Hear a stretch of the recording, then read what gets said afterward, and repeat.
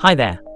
Did you know that registering a business name in Australia not only helps customers identify you, but also sets you apart from competitors? Let's break it down for you. Who needs to register a business name? Individuals, partnerships, Pty Limited companies.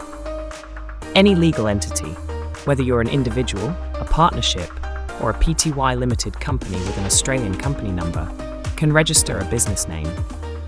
If you're operating a business in Australia under a name that isn't your own legal name, you're generally required to register a business name.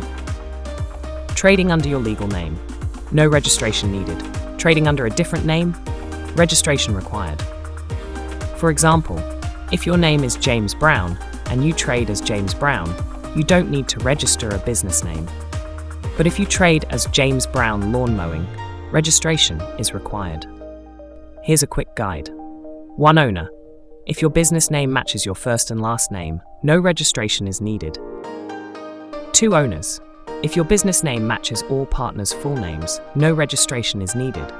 But for any other name, you must register. Company. If your trading name is identical to your registered company name, you're good to go. If you're using a different trading name, registration is a must.